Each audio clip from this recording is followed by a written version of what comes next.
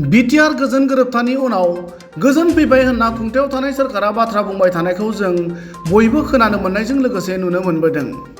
बेबादि समावनो गोजोननि नोगोर क'क्राझार जिल्लानि सिङाव थानाय पाटगाव पुलिस आउटपस्टनि बेन्दोंआव थांनाय मोनायाव पिस्तलजों लोगोसे सानै सुबुंखौ पुलिसा हमनो मोननाय जाथाया ओनसोलनाङैनो सोमोनांनाय थासारि लाबोदों।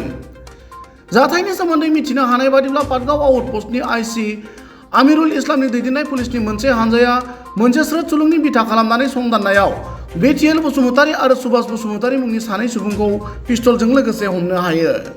गुबुन फारसेथिं हमनो मोननाय बिटिएल बसुमतारी आरो सुभाष बसुमतारी मोननि लोगोआव पिस्तलजों लोगोसे गोथां गुलिबो मोननो हायो होनना पुलिसनि सुलुङा फोरमायदों।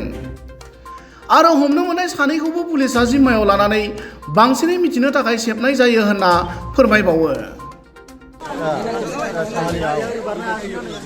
पिस्तल लाबोनो पिस्तल मोनदोंनो बे नैबे बेहा माथाय सावथाल ना माथाय बे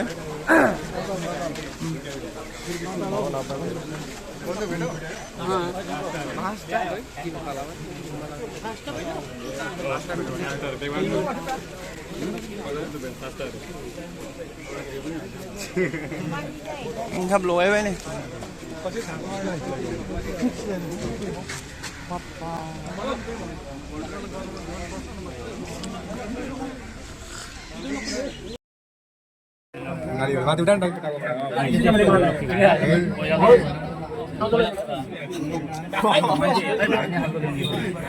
Hey, sungguh, hey.